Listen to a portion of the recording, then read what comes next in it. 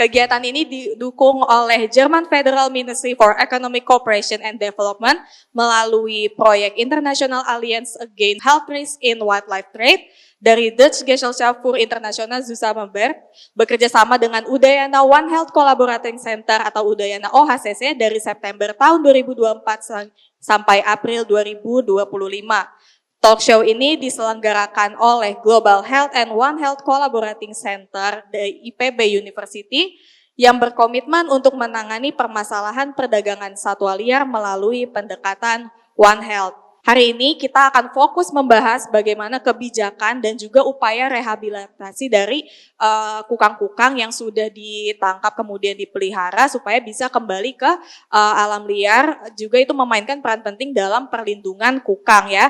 Bersama hari ini kita akan mendengarkan cerita dari dua narasumber hebat yaitu Dr. Dedi dari KSG KLHK dan juga Dr. Purbo dari Yayasan International Animal Rescue Indonesia. Selamat datang juga kepada teman-teman dari IPB University yang mendengarkan podcast ini. Hari ini kita akan berbicara tentang perdagangan kukang yang ilegal ya. Semoga ini menjadi tambahan ilmu baru dan juga teman-teman semoga bisa menyampaikan ilmu yang didengarkan di podcast ini untuk masyarakat luas ya. Jadi ini menjadi bagian dari edukasi masyarakat. Baik, sekarang kita masuk ya ke sesi diskusinya dengan Dr. Dedi dan juga Dr. Purbo. Nah, dari Dr. Dedi dulu nih, kita mau tahu nih sebetulnya kebijakan pemerintah saat ini dalam menangani perdagangan ilegal itu seperti apa regulasinya dari misalnya boleh dibahas juga Dok, perbedaannya kan kalau dari dulu tuh Undang-Undang nomor 5 tahun 90, kemudian sekarang yang nomor 32 tahun 2024, perbedaan atau tambahannya itu apa aja? Ya, Assalamualaikum warahmatullahi wabarakatuh. Selamat pagi menjelang siang. Senang sekali ikut acara talk show ya namanya ya. Tadi ditanyakan tentang regulasi apa yang sudah dikeluarkan oleh pemerintah. Jadi yang penting, yang pertama adalah Undang-Undang Dasar 45 Pasal 33 Ayat 3 bahwa satwa liar itu adalah aset negara, itu yang paling penting. Ya, kemudian tadi sudah singgung sedikit bahwa ada Undang-Undang 5 tahun 1990 tentang konservasi sumber daya alam hayati dan ekosistemnya yang diperbaharui tahun lalu. Ya, jadi Undang-Undang 32 tahun 2024. Nah, undang-undang ini sangat powerful bagi kita semua karena dari segi hukum dan dendanya juga meningkat dari yang sebelumnya. Umpamanya yang dahulu perdagangan satwa liar itu hukumannya maksimalnya hanya 5 tahun dan denda 100 juta. Nah, kalau sekarang minimalnya bisa 2 tahun, bahkan dendanya lebih besar dari 100 juta. Contohnya, kalau dulu orang ditangkap melihara satwa liar atau memperdagangkan satwa liar, paling-paling cuman hitungan bulan. 3 bulan, 4 bulan, 5 bulan. Bahkan dendanya pun sangat sedikit sekali. Jadi nggak ada efek jera. Apalagi dia berdagang cula badak, berdagang gading gajah, berdagang harimau Sumatera. Nggak sebanding dengan nilainya sebenarnya. Jadi dengan Undang-Undang 390 banyak sekali yang dirubah untuk itu. Kita tidak boleh memelihara, memperdagangkan satwa liar, baik hidup maupun mati. Termasuk juga tentang perdagangannya. Termasuk juga perdagangan online juga dibahas di undang-undang yang baru ini. Nah, jadi walaupun belum powerful dalam arti pelaksanaan aplikasinya, tapi sudah bisa kita pakai untuk hal-hal yang berbau hukum. Contohnya kemarin ada dengar juga terjadi perdagangan cula dan gading di Palembang. Bahkan hukumannya lebih dari 5 tahun. Nah, yang terbaru perdagangan cula badak di ujung kulon, bahkan vonisnya itu 11 sampai 12 tahun. Nah, karena undang-undang inilah. Nah, undang-undang ini juga mengakomodir bahwa kita bisa menjatuhkan terhadap tersangka tersebut undang-undang berlapis. Jadi kita pakai umpamanya dia bawa senjata api, kita pakai undang-undang anti teroris gitu dan lain sebagainya. Makanya sehingga undang-undang ini diharapkan bisa membuat efek jerah bagi pelaku. Nah, kemudian sebelum kita tentukan hewannya dilindungi atau tidak dilindungi, ada undang-undang ada peraturan nomor 106 tahun 2018 tentang jenis-jenis TSL, tumbuhan satwa liar yang dilindungi. Ada 900 jenisnya di situ. Nah, inilah dasar kita. Kemudian ada Permen 7, Permen 8 tahun 1999. Juga ada yang terbaru itu ada Permen LHK nomor 17 tahun 2024 tentang penyelamatan satwa. Nah, di situ sudah mengakomodir hubungan antara veteriner, dokter hewan, dan satwa liar. Jadi situ udah ada tuh, udah bagaimana cara eutanasi, boleh enggak eutanasi dilakukan oleh teman-teman di lapangan. Nah, itu sudah diakomodir dengan undang-undang yang baru tersebut. Jadi banyak lagi undang-undang bawahan yang turunan dari itu, seperti undang-undang seperti peraturan Menteri Lingkungan Hidup tentang lembaga konservasi tahun P22 itu juga mengatur tentang perdagangan atau lembaga konservasi itu sendiri. Mungkin itu dulu, Dok. Baik, tadi kan Dokter Dedi berbicara ngasih contohnya itu ke satwa liar yang lebih ikonik ya, seperti harimau Sumatera, kemudian badak Jawa itu yang pelakunya mendapatkan hukuman 10 sampai 12 tahun ya. Tapi kalau misalnya kita berbicara satwa liar yang seperti kukang misalnya, yang bukan yang lebih nggak penting tapi tidak se-ikonik satwa-satwa tadi, itu untuk memberikan efek jerahnya dan kan lebih mudah ya, maksudnya dari masyarakat untuk mengakses mengambil kukang misalnya dari hutan seperti itu. Nah, pasti kan kasusnya juga akan lebih banyak dibanding masyarakat yang mengambil cula badak Jawa misalnya. Nah, itu regulasi terkait aturannya supaya tidak memberikan efek jerah juga kepada mereka. Mereka nggak takut untuk melaporkan misalnya seperti itu, Dok. Ya, itu seperti apa? Terima kasih. Jadi tahun lalu, contoh tahun lalu aja. Jadi kasus-kasus perdagangan kukang terutama itu sampai 4 tahun. 4 tahun hukumannya, 4 tahun berapa bulan lah gitu ya. Tapi waktu itu masih pakai Undang-Undang 590. Jadi udah cukup maksimal sebenarnya. Jadi untuk satwa liar kita nggak memandang itu badak Jawa atau harimau Sumatera. Semua satwa liar yang dilindungi itu termasuk yang kita upayakan untuk penanganan hukumnya. Kemudian kalau kita lihat dari status konservasinya, semua kukang, kalau nggak salah, tolong koreksi, Dok, ada 5 kukang di dunia ini, 3 kukang ada di Indonesia, kukang Sumatera, kukang Jawa, dan kukang Kalimantan. 3-tiganya termasuk yang dilindungi sesuai dengan EUCN, bahkan termasuk CITES Appendix 1. Appendix 1 dalam arti tidak boleh diperdagangkan dalam bentuk apapun. Diperdagangkan ya, tapi boleh masuk ke lembaga konservasi khusus sesuai dengan P22 tadi. Nah, karena kalau kami menelusuri semua kasus-kasus illegal trade itu, tidak ada hewan itu penting tak penting. Semua hewan yang dilindungi itu menjadi prioritas bagi kita semua.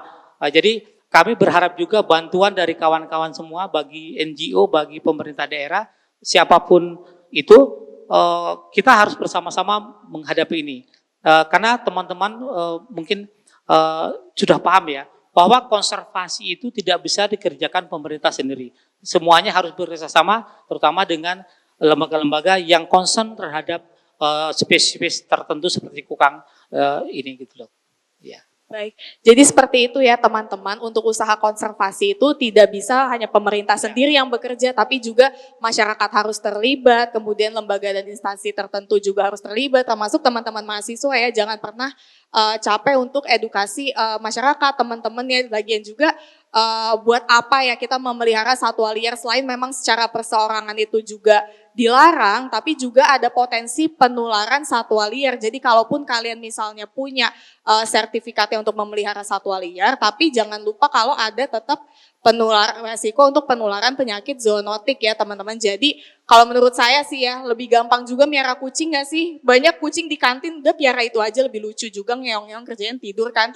Daripada teman-teman juga selain gak membantu dari usaha konservasi juga resiko juga ya. Jangan lupa kalau misalnya ada orang tua di rumah, ada resiko penularan penyakit. Nah, kita ngomongin penyakit zoonotik, kayak sekarang kita masuk ke Dokter Purbo. Nah, Dok Purbo sebetulnya kalau misalnya selain misalnya potensi penularan penyakit zoonotik ya dari kukang, itu sebetulnya udah banyak belum sih publikasinya? Soalnya di Indonesia sendiri kalau yang saya juga udah riset ya, lihat-lihat jurnalnya tuh belum banyak gitu. Penyakit apa aja sih, misalnya kalau yang banyak mungkin parasit. Nah itu boleh nggak Dok diceritain sekaligus juga mungkin bisa disambung kalau misalnya dari IAR nih masuk kukang ya untuk direhabilitasi itu prosesnya berapa lama seperti itu. Terima kasih.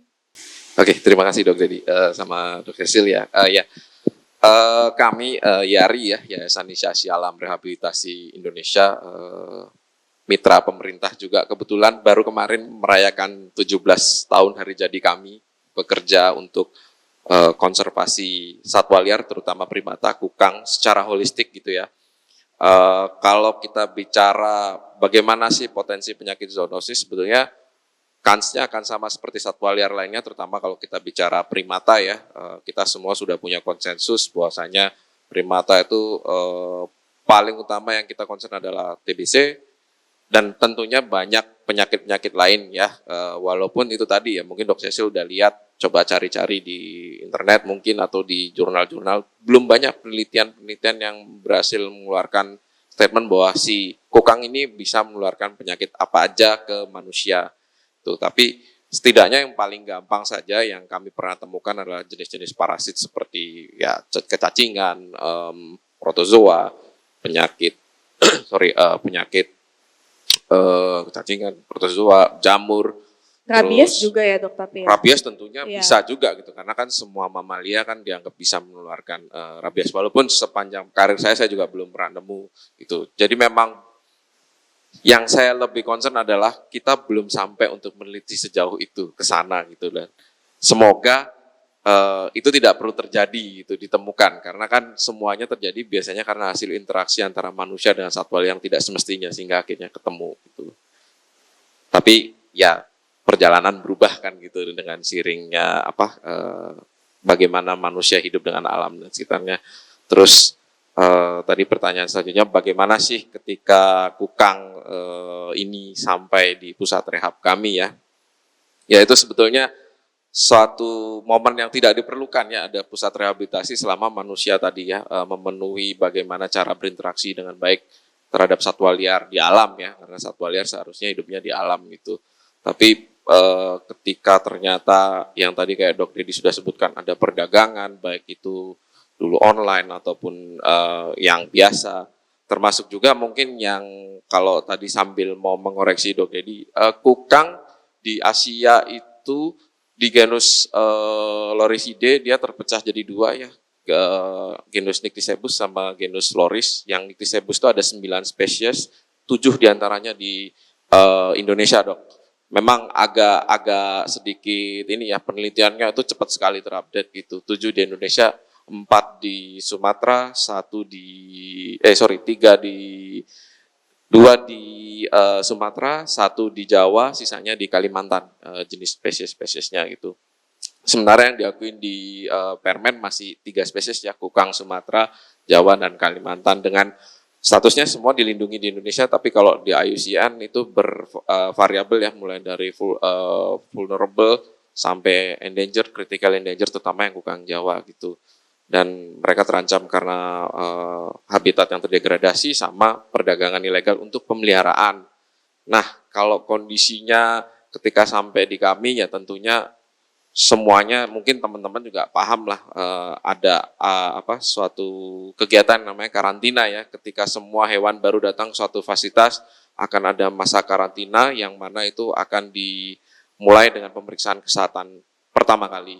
Lalu kita isolasi dalam waktu beberapa masa ya, sekitar 6 minggu sampai 3 bulan untuk melihat apakah ada gejala penyakit yang muncul dan lain-lain. Ketika itu sudah lulus karantina, baru masuk ke proses rehabilitasi. Itu pun kita harus menilai mana yang bisa lepas liar, mana yang nggak bisa lepas liar gitu. Kalau ada yang tidak bisa lepas liar dengan alasan tertentu, pada akhirnya harus kami ya dengan berat hati merawat mereka sampai akhir hayat hidupnya dengan kesejahteraan yang sebaik-baiknya. Tapi kalau ada yang bisa dilepas liarkan, ya kita akan proyeksikan untuk dilepas liarkan sampai suatu hari nanti ketika dia siap gitu. Baik dok, kan setahu saya tuh kalau kukang dipiara masyarakat ya, masyarakat kan mau piara karena lucu aja nih, tapi sebetulnya kan mereka berbahaya juga ya karena digigit taringnya dan biasanya dipotong. Nah itu biasanya kalau udah sampai ke Yari, itu gimana usahanya supaya mereka bisa makan dengan pakan yang sesuai dengan diet yang sesuai, karena kalau di masyarakat kemungkinan diet juga pasti nggak sesuai, masalah pencernaan pasti banyak juga, tapi gimana mereka supaya bisa seenggaknya lebih normal lah gitu, pasti kan ada banyak penyesuaiannya juga. Sekalian ini dok mungkin boleh diceritain juga karena kan sebetulnya masyarakat adat itu banyak yang udah paham untuk lebih respect terhadap alam, untuk tidak memelihara kukang, tapi biasanya pendatang seringkali itu tidak mengikuti asas-asas tersebut atau aturan-aturan yang ada di masyarakat adat itu. Kira-kira boleh diceritakan juga nggak dok, termasuk dengan mitos-mitosnya? Katanya banyak mitosnya tuh di banyak daerah ya yang ada kukangnya, karena ada mitosnya, boleh diceritain tuh dok. Oke, pertama ya kembali tadi kita ke masalah interaksi manusia dan satwa liar. Secara tradisional kita punya kearifan lokal di tiap-tiap daerah bagaimana cara kita menganggap satwa liar itu macam-macam ya. Ada yang mulai dianggap itu sebagai bentuk dari perwakilan nenek moyang kita, ada yang bentuk dari entitas, ya mungkin kalau dulu ada animisme dan lain-lain itu sampai menurun ke adat budaya. Tapi memang paling gampang saja di Jawa Barat yang namanya kukang itu dianggap sebagai hewan yang sakral. Bahkan ketika mereka terancam atau bahaya, bahkan ada orang berapa yang melihat kukang saja itu dianggap membawa sial gitu. Terus ada beberapa, terutama daerah Garut yang saya sering dengar, ketika kukang disakiti atau bahkan kukang tersisa, itu bisa mendatangkan sial. Terus beberapa memang digunakan sebagai ini ya, suatu sumber mistis. Ada yang bilang kalau kita mau menghancurkan bisnisnya seorang, bisa dengan menanam tulang kukang, atau ada juga yang bilang kalau darah kukang menetes saja ke tanah itu bisa membuat sial 7 turunan. Jadi memang mitosnya sekencang itu. Untuk beberapa orang ada yang menganggap bahwa ketemu kukang itu sial, jadi sebaiknya tidak menyakiti kukang dan lain-lain. Tapi ada beberapa orang juga yang mungkin bisa mungkin memanfaatkan itu untuk hal-hal yang lain ya. Tapi juga banyak ya, kita paham juga dengan seiring perkembangan dunia, teknologi dan lain-lain, informasi ini luntur ya. Terus ya bisa jadi pendatang yang nggak tahu masalah itu melihat kukang ya, wah ini bisa nih karena lucu dan lain hal, atau dengan perkembangan luntur terus mereka tidak tahu kalau ini bermasalah sehingga mereka mulai untuk memburu kukang untuk dipiara ya. Dan memang kalau kita bicara kukang itu sebetulnya satwa primata yang sangat-sangat cocok untuk dipiara orang ya, karena kalau melihat usianya dia di setiap usia apapun dia ukurannya akan segitu dan mukanya akan tetap lucu dan imut-imut itu. Lain kalau kita misalnya monyet, orangutan ya, waktu bayi gede kecil ya. lucu gede, Buaya ya dok ya. buaya atau kayak manusia aja lah, kita waktu bayi kan lucu udah gede cari duit sana kamu sekolah gitu kan gitu. Kukang lucu terus ya.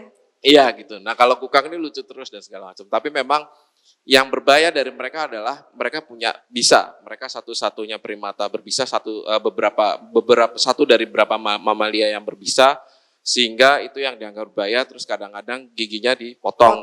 Ya. Ini yang sering jadi permasalahan nantinya ketika mereka dipiara gitu, karena kalau itu udah sampai dipiara orang biasanya giginya memang sudah dipotong. Dan kemampuan punya gigi dan kemampuan bisa ini jadi kemampuan mereka untuk survival di alam. Karena mereka sebetulnya kan makannya getah. banyak orang nggak tahu mereka makannya getah. Jadi ketika mereka di hutan, di kebun ya, mereka habitatnya di kebun juga, mereka ngelubangin pohon dengan giginya yang kuat itu, lalu mereka nyedotin getah. Nah, kalau dipelihara sama orang, giginya dipotong. Terus kadang-kadang dikasih, kalau primata sih semua orang pasti langsung Pasti mikirnya pisang ya. pisang. Iya, Nah, buah-buah pepaya paling ya. itu terus habis itu kadang-kadang kan ada beberapa yang paham dia juga makan serangga, dikasih serangga. Tapi banyak yang ngaco juga, dikasih susu, dikasih bubur bayi, pizza, keju, Iya, segala bubur macam. sun gitu ya. Sehingga ketika datang di kami, ada yang punya masalah pencernaan, ada yang obesitas, ada juga yang punya gangguan mineral. Jadi habis itu dia kropos tulangnya, habis itu rapuh, terus tulangnya bengkok-bengkok dan lain-lain. Oh, berarti sampai ke metabolic disorder juga ya, Dok? Wah iya, itu jadi problem kami. Dan itu memang penyakit yang kami banyak temukan di kukang-kukang eks peliharaan. Jadi gigi terpotong, gangguan metabolic bone disorder itu, sisanya sih masalah sanitasi ya, jadi parasit, masalah rambut karena ada ektoparasit, terus masalah kecacingan dan lain-lain. Gitu sih.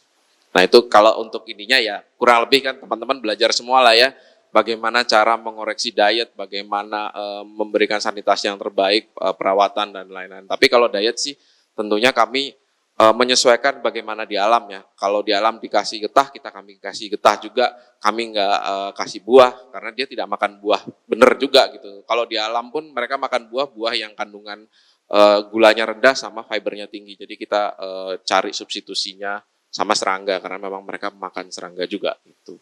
Oke, kan Dok kalau misalnya perbaikan pakan gitu kan prosesnya lumayan panjang ya mereka buat terhabituasi lagi ke pakan yang seharusnya gitu. Kalau misalnya dari sebelumnya dipelihara oleh masyarakat dikasih bubur bayi misalnya atau pisang, buah-buahan, terus kita mau mengajarkan mereka lagi untuk makan yang sesuai dengan dietnya seperti getah itu biasanya prosesnya berapa lama dan seperti apa sedikit-sedikit Kak? Karena kan kalau misalnya kita punya kucing aja ganti merek pakan itu kan perlu minimal beberapa minggu ya supaya mereka nggak kaget perutnya ya. Kalau misalnya di kukang itu seperti apa Dok? Ya, ini juga pertanyaan bagus ya karena memang belum ada aturan yang bagus soal itu. Tapi memang kalau saya ingat dulu dapat mata kuliah nutrisi itu ada namanya teori substitusi pakan ya, substitusi nutrisi. Jadi kita kasih berkala. Tapi tetap ya kami usahakan yang sesuai sama nutrisinya. Dan itu waktunya kadang-kadang ya, bervariasi ya tergantung responnya mereka. Karena ada yang begitu dikasih sesuatu yang baru tiba-tiba mungkin mereka teringat ke masa lampau ketika mereka hidup di alam. Oh ini makananku dulu nih terus jadi mereka bisa cepat beradaptasi itu. Ada yang tidak sama sekali, bahkan ada yang tidak bertahan. Karena memang saking sudah terlanjur parahnya ya pakan yang mereka makan dan lain-lain menimbulkan gangguan kesehatan di mana-mana itu ada yang mati baru kita mulai proses rehabilitasinya ya. Tapi banyak juga yang bisa survive dan itu variasi juga ya karena lebih bagaimana berapa lama mereka terpapar hidup dengan manusia yang dikasih makan dan dikasih makan seperti apa itu. Jadi sangat bervariasi. Baik tuh teman-teman tadi dengar sendiri ya penjelasannya dari Dokter Purbo. Kalau pelihara satwa liar khususnya kukang tuh repot ya Dok. Makannya juga susah dan kita juga malah jahat ya karena kita ngasih makanan yang gak sesuai dengan diet normalnya. Jadi teman-teman udah piara yang hewan-hewan yang udah terdomestikasi aja ya, banyak kucing, anjing, gak usah piara-piara satwa liar. Nah kita balik lagi nih ke Dokter Dedi. Kan sekarang lebih banyak informasi beredar tuh melalui media sosial ya Dok. Apalagi anak-anak nih senengannya mainnya TikTok, mainannya Instagram gitu kan. Kalau misalnya ada cerita baru di website tuh nggak dibaca Dok sama mahasiswa. Pasti kalau di scroll-scroll TikTok baru kebaca. Nah kalau misalnya usaha pemerintah untuk mengedukasi masyarakat melalui media sosial itu sudah gencar belum sih Dok? Dan lewat media sosial apa aja nih biar dicek sama teman-teman? Ini pertanyaan menarik ini ya. Zaman sekarang generasi Y ya, bukan Z lagi.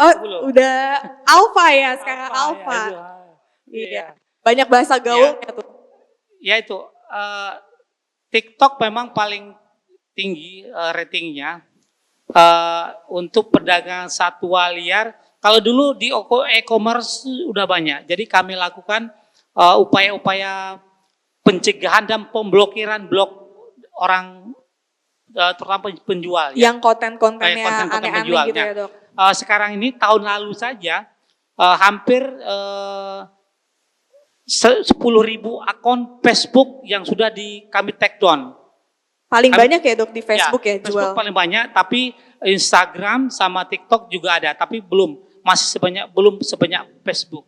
Nah, jadi itu yang udah kami lakukan sosialisasi, termasuk koordinasi dengan pengelola Facebook, makanya kami take down banyak sekali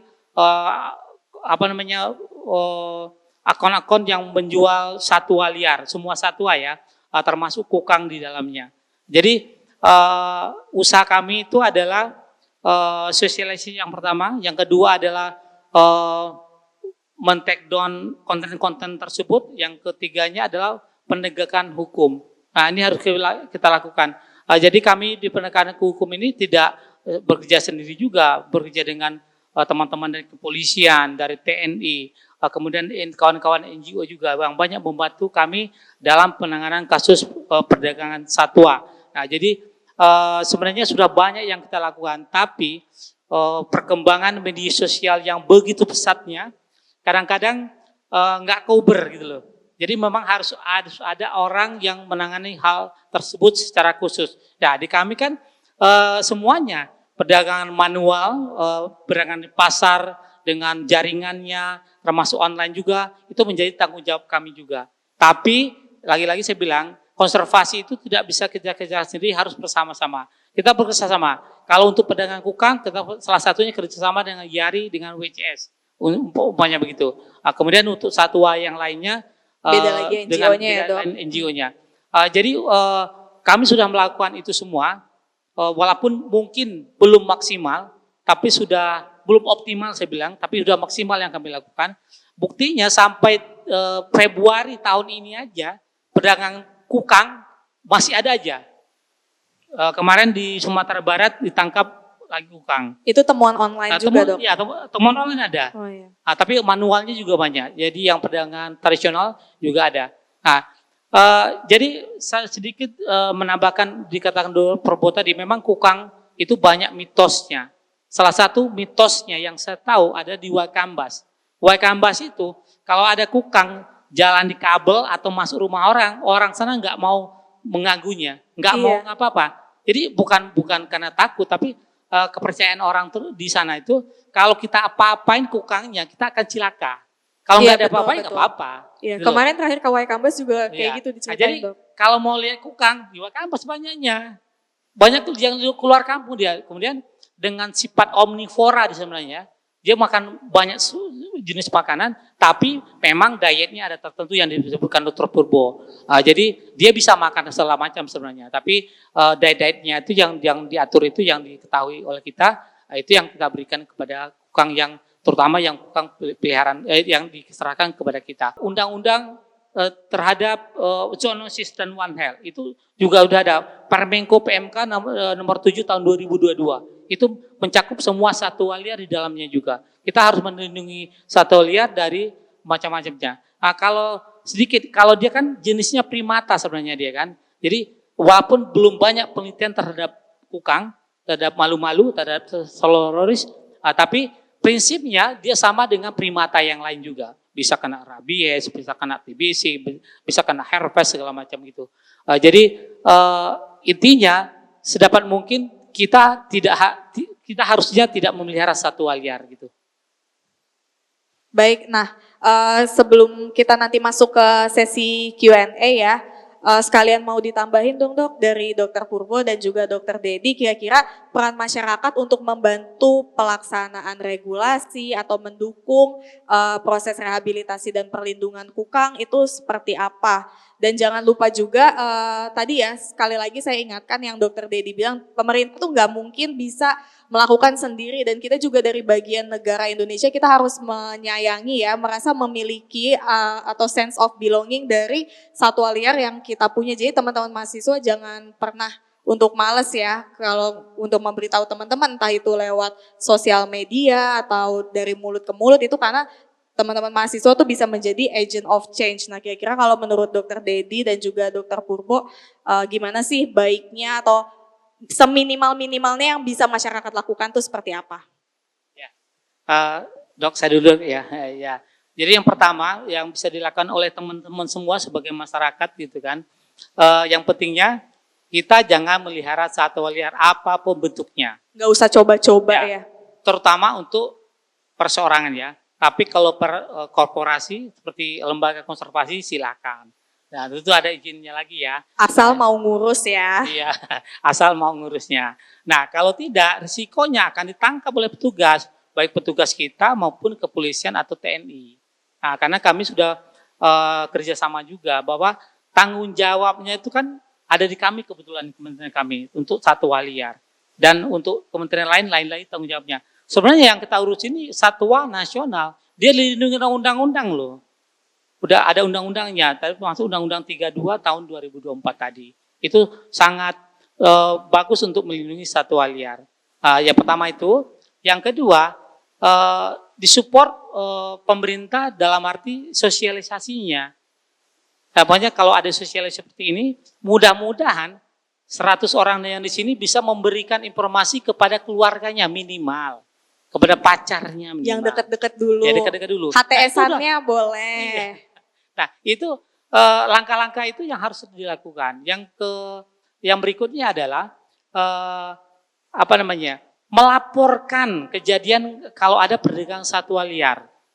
Nah, di kami itu ada sistemnya namanya call center. Setiap UPT, unit pelaksana teknis di kami, ada 74 seluruh Indonesia, ada call centernya. Silakan dilaporkan. Tidak akan dihukum, enggak. Nah, kemudian masyarakat juga kita himbau untuk menyerahkan secara sukarela terhadap negara. Tidak akan dihukum oleh kami, oleh siapapun. Nah ini yang sering terjadi. Contohnya, waktu kecil pelihara buaya, masih sejengkal, 2 jengkal, Masih lucu imut imut. Lalu udah makan orang, diserahkan kami. Nah, pelihara monyet, kan, makaka fascicularis. Kalau kecil lucu, kalau gede udah gigit orang, baru serahkan kami. Belum lagi hewannya punya rabies. Nah, itu yang bisa kita lakukan sebenarnya. 3 itu aja minimal, udah bantuan dari masyarakat, udah sangat berpengaruh sekali kepada pemerintah. Nah, sedikit terhadap penyakit pada satwa liar. Memang seperti Dr. Bob bilang, mamalia itu contohnya rabies, kasus penyakit rabies. Ada yang nyangka enggak bahwa gajah Sumatera itu kena rabies? Nah, gajah aja bisa kena rabies, sapi kena rabies, kambing kena rabies, apalagi kukang. Karena dia bertaring segala macamnya. Nah, kukang ini ada yang unik. Jadi sebenarnya racun atau bisanya itu bukan di mulutnya, di sikunya ini, itu ada kelenjar yang mengeluarkan bisanya, dicampur dengan ludahnya, baru menjadi racun. Nah, itu uniknya.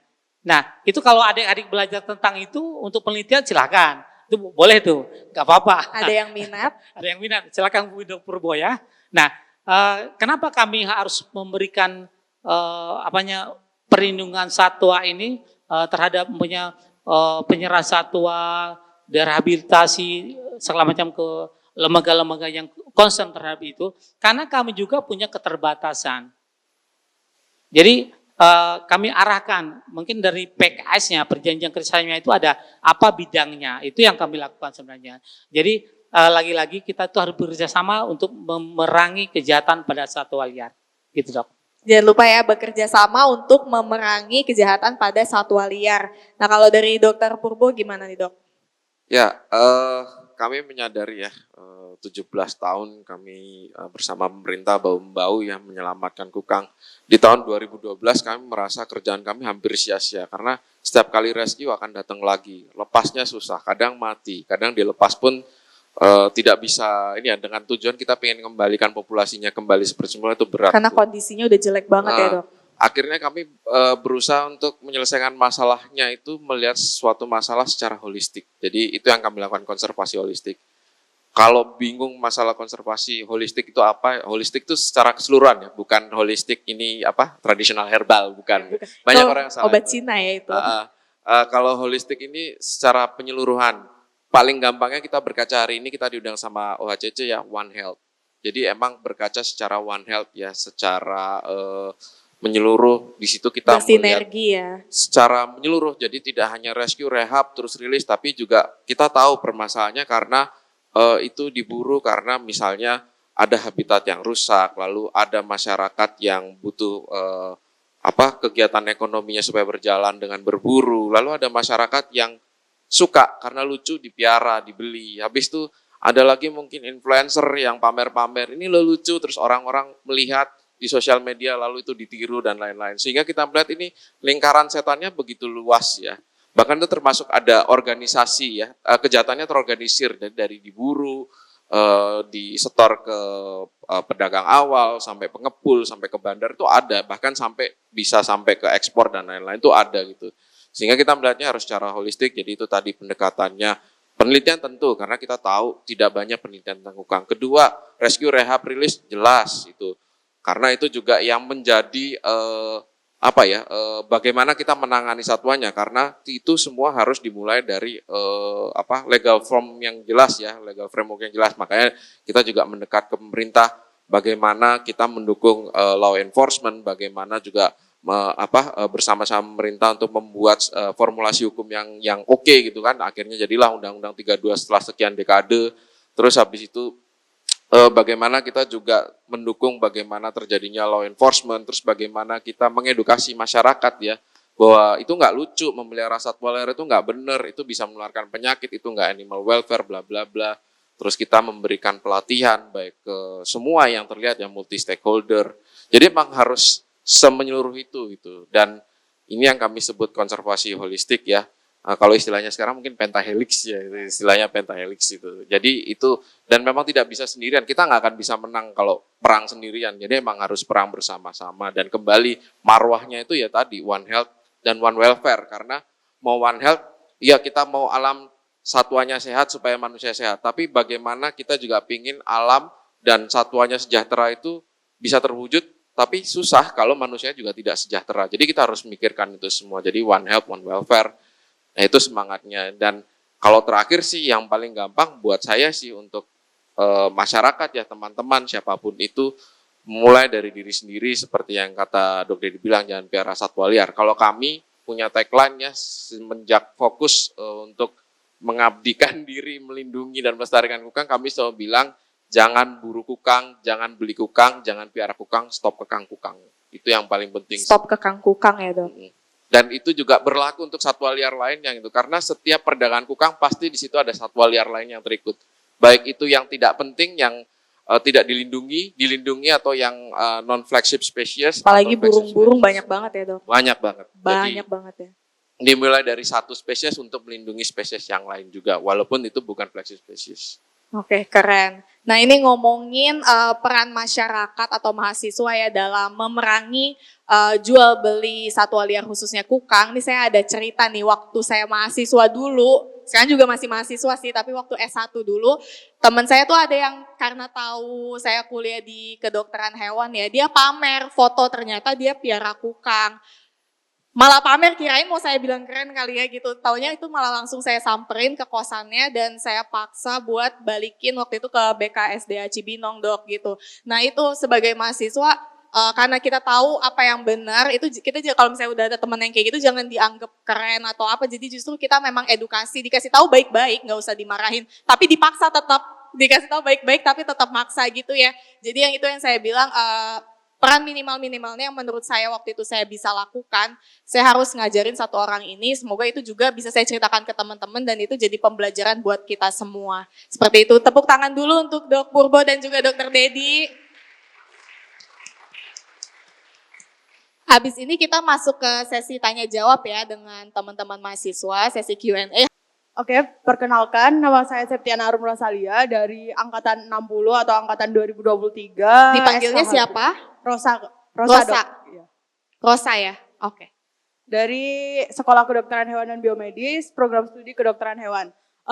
Kalau misalnya kita belajar nih Dok di prinsip kesejahteraan hewan kan ada express natural behavior kan Dok. Nah, ketika kukang atau hewan-hewan liar yang lain sudah dipelihara dan terkena sentuhan manusia itu otomatis kadang kan buat dalam tanda kutip lucu-lucuan, buat atraksi atau segala macam dia kehilangan behaviornya untuk hidup di alam liar seperti itu Dok. Jadi kayak survivalnya itu jadi menurun jauh. Nah, ketika itu akan dilepaskan kembali kan otomatis dia tidak akan bisa bertahan hidup seperti itu Dok.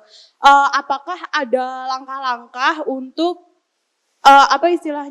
menanggulangi hal itu, diserahkannya kemana kalau misalnya mau diserahkan, dan oleh balai yang diserahin itu akan dilakukan hal-hal apa sih untuk merehabilitasi agar dia mampu kembali hidup di alam liar seperti itu mungkin Dok. Terima kasih. Berarti pertanyaan Rosa tuh lebih ke dampaknya dari pemeliharaan kukang terhadap survival skill mereka di alam kalau nanti harus dikembalikan ke alam lagi gitu ya. Nah, kamu nanya tepat banget karena di sini ada ahlinya Dokter Purbo ya, itu kerjaannya sehari-hari. Silakan Dok, boleh diceritain. Baik, ya terima kasih pertanyaannya bagus sekali, apalagi udah menyinggung animal welfare ya itu. Apalagi kalau teman-teman kan rata-rata mahasiswa kedokteran hewan ya. Kalian agent of animal welfare gitu, jadi itu yang harus pertama kali dahulukan ketika melihat hewan apapun, satwa apapun gitu. Dan memang benar adanya kalau satwa liar udah berinteraksi sama manusia ataupun sampai ditangkap, dipelihara itu pasti akan ada perubahan perilaku. Salah satunya itu ya expressing normal behavior. Atau kalau kita mau bicara itu tadi di koridor 5 freedom, kalau dibicara di koridor 5 domain itu salah satunya behavior interaction gitu kan. Kukang ini adalah satwa yang kecenderungannya tidak sosial, lalu dia satwa nokturnal. Nah kalau kita manusia kan diurnal ya, jadi kadang-kadang mereka yang dipiara sama orang ini ada ketergantungan sama manusia karena dielus-elus pegang-pegang terus, atau ada juga yang perilakunya berubah karena biasanya aktif di malam hari tapi setiap mau tidur di siang hari malah dimainin sama yang punya dan lain-lain, sehingga akhirnya mereka ada perubahan perilaku. Yang paling sering kejadian karena mereka di kandang yang kecil biasanya akan muncul stereotypic behavior ya, abnormal gitu, mereka akan ada respons stres di perilakunya karena kandangnya kecil, jadi mondar-mandir lah, terus ada yang mulai suka menyakiti diri sendiri dan lain-lain. Ini problem yang paling sering kami jumpai ya, terutama untuk kukang-kukang yang sudah dipelihara sama orang atau bahkan kukang yang baru diburu tapi dimasukin di kandang yang kecil-kecil. Permasalahan mereka dimasukin di kandang kayak, bukan kandang sih, kayak box kelengkeng gitu. Iya. Tapi isinya banyak kan, ada 10 ekor. Padat banget jadinya. Padat banget gitu. Jadi ini yang jadi problem. Bagaimana tips dan caranya ya kembali, itu semua tidak akan bisa kita koreksi kalau kita nggak tahu bagaimana perilaku alaminya, kebutuhan mereka seperti apa. Sehingga itu makanya penting akses penelitian terkait kukang ya. Terus bagaimana merubahnya, yaitu tadi kalau kita merehabilitasi tidak hanya fisiknya tapi juga mentalnya. Di situ kita coba bagaimana kita sosialisasikan mereka sama individu baru setelah pasca karantina ya. Kalau lolos karantina kita introduksi ke satwa lain, mereka bisa belajar bagaimana mengeksplorasi kandang, karena itu juga jadi salah satu bantuan ya ketika dikandangkan kecil di piara orang. Di tempat kami coba kasih yang lebih besar, kasih enrichment ya, pengayaan kandang, entah itu bentuknya seperti yang alami seperti pohon, tali dan lain-lain, supaya mereka mengeksplor kandang, menggunakan kemampuan motoriknya lagi, terus membuat mereka lebih sibuk gitu dalam kesehariannya. Karena kalau di kandang kecil mereka mentok sana mentok sini, bosen. Nggak ada aktivitas apa-apa, stres, makanya stereotyping tadi ya Dok. Gitu. Bahkan ya kalau kita sendiri manusia gitu ya, kita ditaruh di kamar ukuran 1x3 gitu, nggak ada akses listrik, tidak ada teman, tidak ada nggak internet, ada HP, tidak ada Netflix, ya sejam aja kita udah mulai mukul-mukul diri sendiri. Kemungkinan besar itu bisa terjadi gitu. Ini sama di hewan juga, sama di satwa juga itu. Jadi itu yang kita lakukan, kita kasih enrichment, pengayaan, terus teman ya, supaya mereka bisa bersosial. Dan yang paling penting kita identifikasi apa yang terjadi sama dia. Apakah dia punya kelainan stereotypic behavior tadi, apa tidak. Terus kalau punya, kita kasih tips bagaimana mungkin kita kasih perlakuan di kandang, enrichment dan lain-lain. Terus kita akses terus setiap bulan, setiap harinya gitu untuk diobservasi. Nanti kita akan lihat bahwasanya itu akan menurun secara gradual. Ada yang tidak, ada yang bisa gitu. Tapi intinya sih kalau bisa berarti dia siap lepas liar. Kalau enggak ya paling enggak itu sudah dipres semaksimal mungkin dan kita juga udah coba berikan yang terbaik sebagaimana kukang hidup di alam itu seperti apa kita Iya, coba termasuk tiru. biaya pakannya, Heeh. lain-lainnya ya. Nah, tapi Betul. Dok, kira-kira biasanya umumnya tuh berapa persen sih dari total satwa kukang yang masuk ke pusat rehab yang bisa kembali ke alam tuh berapa persen? Banyak nggak sih Dok? Karena pasti kondisinya udah jelek ya biasanya. Ada masanya ya, dari 1.600-an kukang yang kami bantu rescue bersama pemerintah itu eh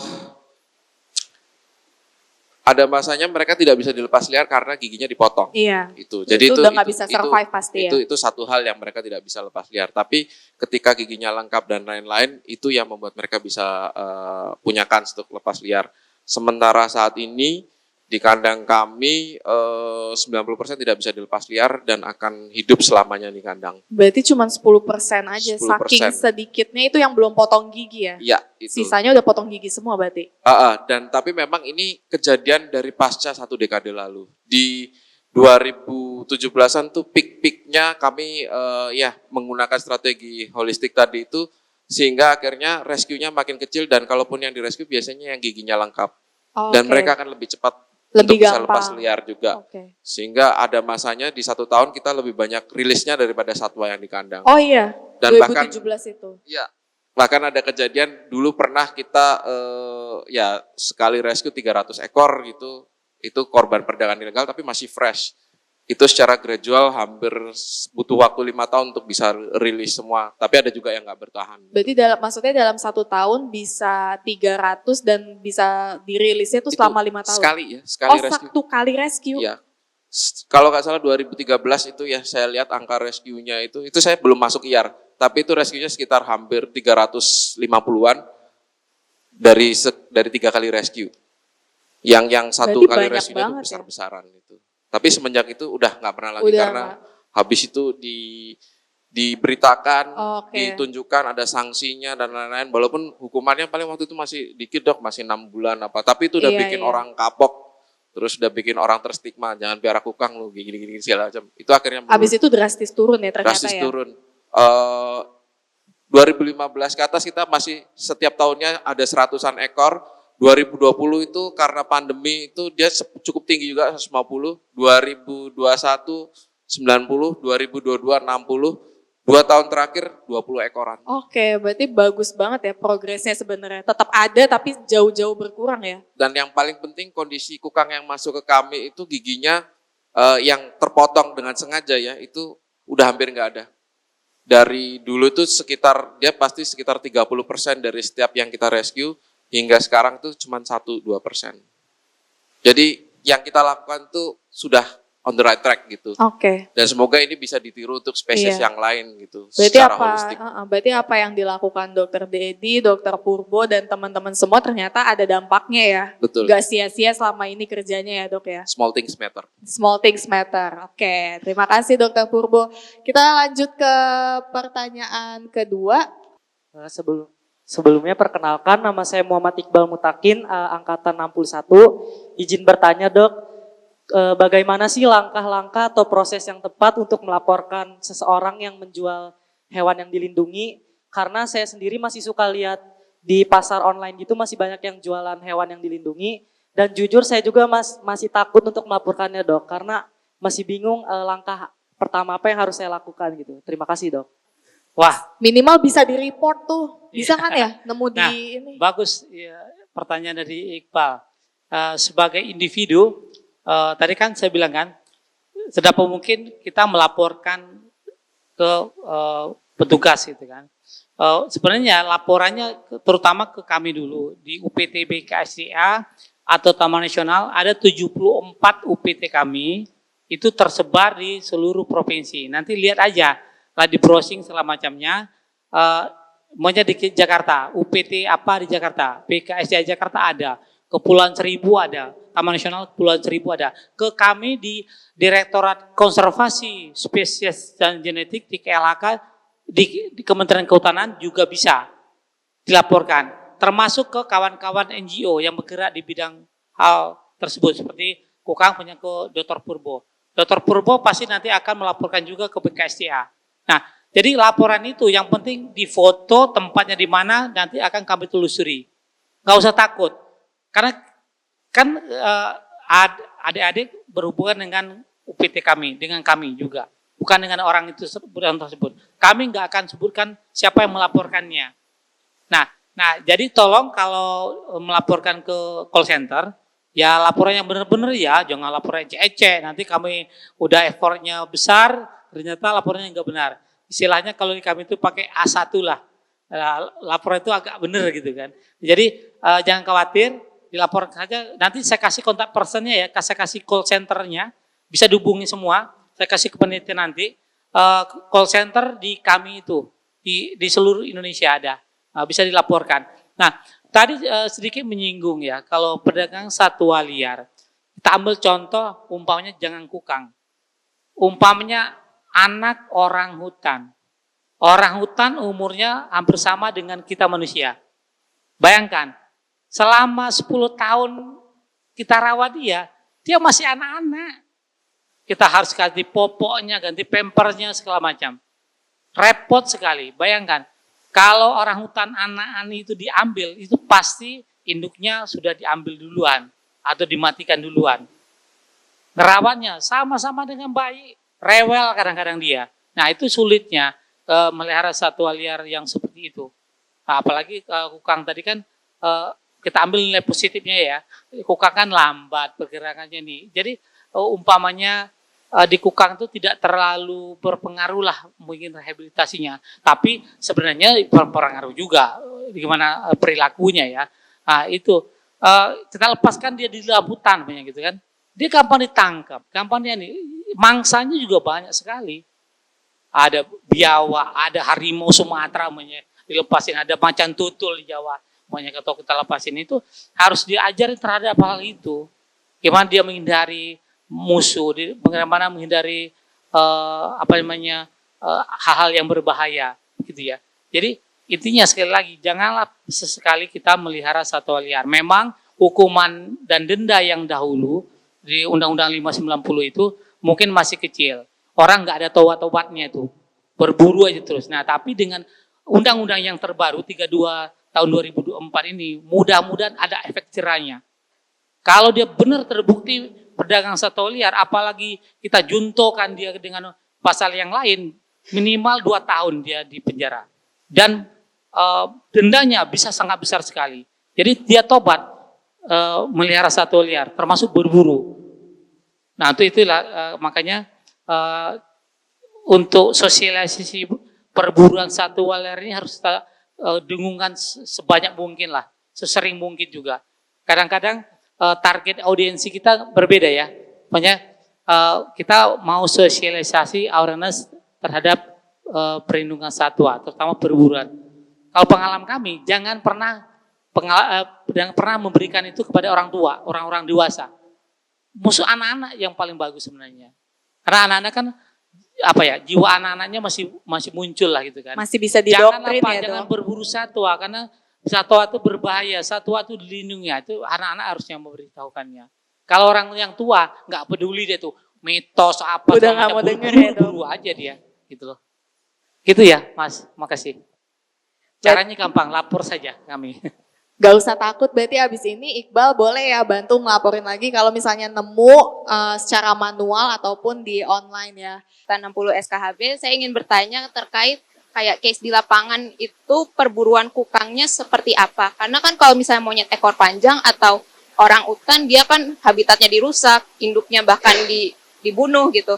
Apakah kukang juga kayak gitu, indukannya dibunuh terus anaknya diambil atau berbeda? Karena kan si kukang ini ukurannya bahkan ada yang kurang dari 1 kilo gitu, ukuran dewasa, dan tingginya sekitar 30 cm gitu dok. Jadi dia biasanya perburuannya kayak apa, seperti itu. Boleh, mungkin langsung aja kali pertanyaan keduanya. Tes. Baik, sebelumnya perkenalkan diri dok, nama saya Berlian Eka Nurul Fauzia. Saya biasa dipanggil Berlian dari Sekolah Kedokteran Hewan dan Biomedis, angkatan 59.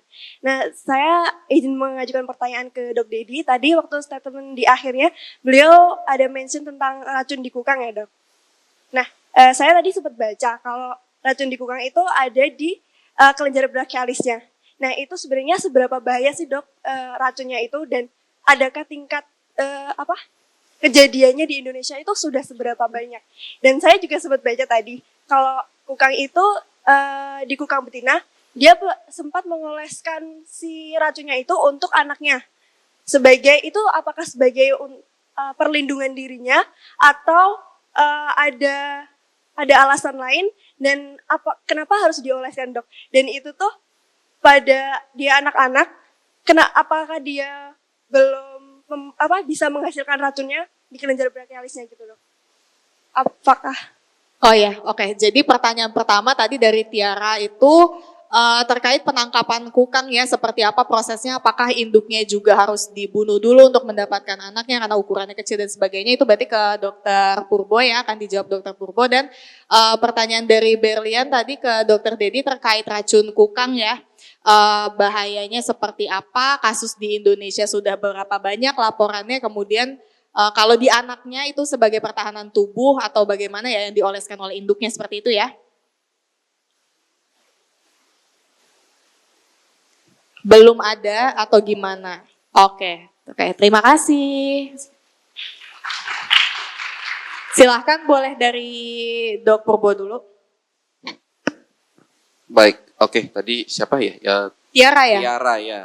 Oke, bagaimana sih fakta di lapangannya kalau berburu kukang? Ya, tadi yang saya sudah bilang ya, sialnya kukang ini karena ukurannya kecil dan imut, dia jadi apa ya, tipikal satwa liar yang memang cocok untuk dijadikan piaraan karena ukurannya akan segitu terus dan bentuknya akan lucu terus itu, sehingga lebih oportunistik dan lebih apa ya, lebih menghasilkan ya, karena tidak perlu ada yang diburu, asal ditangkap semua itu. Jadi cara berburunya sih mereka akan ambil di setiap usia ya, kalau kelihatan kukang tuh pasti langsung ditangkap, diambil. Cara berburunya ada yang harus nebang pohon, ada yang harus manjat, ada yang berburunya di siang hari, jadi mereka harus menemukan ketika kukang itu tidur lalu mereka ngambil. Ada beberapa juga yang kecil sih, tapi itu impact dari ada orang yang sudah mulai hobi pakai senapan angin, nembak-nembak, terus iseng tahu itu kukang, jadi ditembak terus sekaligus diambil juga buat didagangkan. Tapi enggak kayak yang di primata lain yang lebih besar ya, yang notabene mereka akan cari yang ukuran masih bayi atau anakan dan induknya harus dibunuh. Tuh. Memang tidak sekejam primata yang lain, tapi yang paling kejam habis itu ketika ditangkap, ya giginya harus dipotong biasanya. Terus kadang-kadang mereka ditempatkan di satu kandang yang kecil ya, yang kayak tadi itu kayak di box kelengkeng itu diisi 10 sampai 12. Nah, itu kadang-kadang dipisah-pisah juga yang ukurannya sesuai. Ada yang anakan, ada yang indukan. Bahkan kadang ada yang bonus ya, buru 1 dapat 2. Jadi ngambil induknya ternyata ada anaknya juga ditangkap sekalian gitu. Tapi habis itu dipisahin juga, yang anakan akan disendiriin sendiri gitu. Yang akhirnya ya banyak yang mati di kandang karena mereka sebetulnya tidak begitu sosial dan lumayan teritorial. Jadi punya kecenderungan untuk saling serang satu sama lain. Jadi kalau yang kita tahu dari setiap perdagangan itu setidaknya ada 30% ini ya penyusutannya, kematian di dalam proses perdagangan itu. Kurang lebih sih seperti itu ya, yang bagaimana cara berburunya dan lain-lain. Ada lagi yang Oke, pertanyaannya harusnya udah kejawab ya. Jadi sebetulnya sih nggak, bagaimanapun cara penangkapannya, nggak ada cara penangkapan yang lebih baik gitu, mau bagaimanapun juga, karena tetap aja itu tindak kejahatan ya, dan sangat-sangat menurunkan nilai-nilai konservasi gitu. Jadi mau bagaimanapun, entah itu dengan senapan kah atau diambil baik-baik terus dipelihara, itu pun juga nggak lebih baik dari metode yang lain gitu ya. Mungkin bisa lanjut ke pertanyaan kedua ya, Dokter. Dan itu nggak animal welfare. Dan itu nggak animal welfare tentunya. Oke, pertanyaan berikutnya nanti mohon dibantu Dok Purbo ya. Memang kukang itu di kelenjar brachialisnya mengeluarkan sejenis racun. Itu racun tersebut akan lebih berfungsi atau efeknya double atau lebih powerful kalau bercampur dengan ludahnya. Nah, nanti dari ludahnya itu baru ditransferkan ke mangsanya atau targetnya itu ya. Nah, jadi sebenarnya itulah bentuk pertahanan diri bagi mereka karena mereka lambat. Apalagi yang mereka bisa lakukan selain itu? Harus punya racun ya. Harus punya racun itulah, sejenis racun itulah. untuk penjaga dirinya. Nah, kenapa anak-anak diolesin? Logikanya saja, anak-anak kan memproduksi juga dari kecilnya, tapi dia belum pandai kan cara menggunakannya. Belum tahu caranya dia. Masukin dulu ke mulutnya, dikeluarkan lagi itu belum tahu. Jadi itu diajarkan dari induk ke anaknya. Transfer informasinya itu yang diberikan ke anaknya. Itu berlaku untuk semua satwa. Pernah lihat enggak? Umpamanya hewan gajah, badak yang besar-besar, itu anaknya dikasih makan kotoran induknya. Nah, itu benar untuk membiasakan dia terhadap parasit-parasit yang ada. Parasit komensal dari induknya jatuh ke anaknya. Itu biasa sekali. Dulu pertama kerja di satwa liar besar kan, wah saya kaget ya, langsung saya percaya. Karena enggak, itu udah bentuk adaptasi dia ke anaknya gitu loh. Membiasakan anaknya itu bisa mendapatkan hal tersebut. Nah kemudian kobra. Jangan salah ya, kobra kecil, anak-anakan yang seperti di lidi itu sama dengan bisanya dengan kobra besar. Jangan dianggap sepele, jangan wah anak-anak kecil pegang-pegang. Nah jangan mainin. Nah sebenarnya seperti itu prinsipnya. Jadi dia tuh untuk proses pembelajaran terhadap anaknya. Untuk pertahanan diri tentunya juga. Mudah-mudahan terjawab ya. Mungkin tambahan juga sih ya, benar ya tadi yang udah dibilang Dok Dedi itu ada sekian persen itu adalah suatu bentuk ini ya, innate ability ya, bukan innate ya, dia harus belajar ya, insting dari induknya. Memang kalau kita bicara si sekresi kelenjar bisanya, itu di daerah brachial dan bentuknya itu seperti minyak gitu, itu berkala, tidak setiap saat, mungkin dalam kondisi terancam itu akan keluar, atau dalam bulan-bulan tertentu dia akan aktif, akan enggak gitu, dan itu emang dijilat, dicampur sama air liur, lalu digigitkan, semacam kayak diinjeksikan. Apakah yang paling jadi pertanyaan besar, apa sih struktur kimia di dalamnya itu? Sebetulnya itu lebih kayak ke protein alergen, dan itu enggak jauh beda, mirip seperti protein alergen di gigitan kucing, sebetulnya. Dan kalau kita mau bilang itu venom atau bisa, itu memang agak berbeda ya, karena prinsipnya dia justru sebetulnya lebih ke arah alergenik. Jadi kemungkinan yang terbesar terjadi adalah shock anafilaktik. Dan memang kalau terlapor itu responnya macam-macam di tiap orang. Saya kalau digigit kukang lapar, teman saya digigit ada yang nggak ada masalah. Serius dok, lapar. Ya, saya setiap saat lapar sih. Tapi.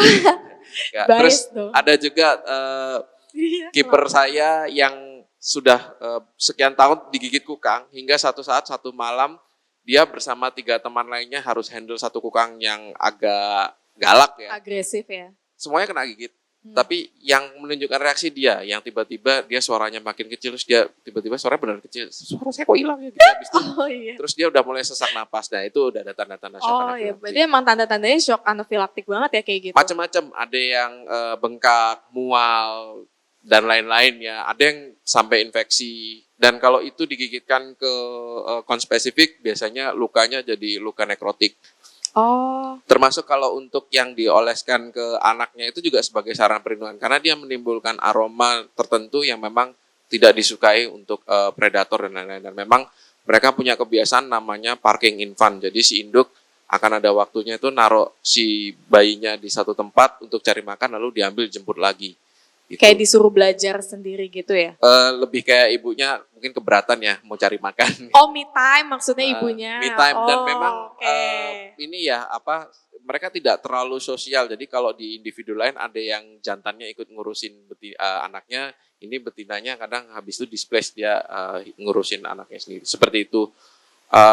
Reportnya unreport ya, nggak banyak gitu. Yang kasus di kami saja, walaupun kami coba catat-catat, tapi kejadian yang sampai anafilaktik baru 1. Kalau itu sempat ada survei kasus gigitan itu yang paling parah cuma 1 orang di Malaysia itu. Bukan survei, itu emang satu kasusnya dia doang, peneliti kegigit, bibirnya bengkak, terus mulai anafilaktik dan sesak dan lain-lain. Udah sih itu. Tapi kalau di Indonesia, kalau coba teman-teman cari di beritanya itu ada tuh di Sukabumi, namanya siapa saya lupa. Karena di headline-nya jelas si ini pingsan digigit kukang gitu. Kalau di headline beritanya kurang lebih. Oke, terima kasih banyak teman-teman online dan juga teman-teman offline yang sudah mendengarkan talk show, scroll, click, and X, saving slow losses from online trade and hidden health risk. Terima kasih teman-teman sudah bersedia hadir dan mendengarkan. Semoga apa yang disampaikan Dr. Dedi dan juga Dr. Purbo itu menjadi tambahan ilmu untuk kita semua. Saya juga banyak banget belajar dari dua senior saya ini, Dr. Dedi dan Dr. Purbo. Dan jangan lupa teman-teman mahasiswa untuk menjadi agent of change. Terima kasih. Sekali lagi tepuk tangan yang meriah untuk Dr. Dedi dan Dr. Purbo.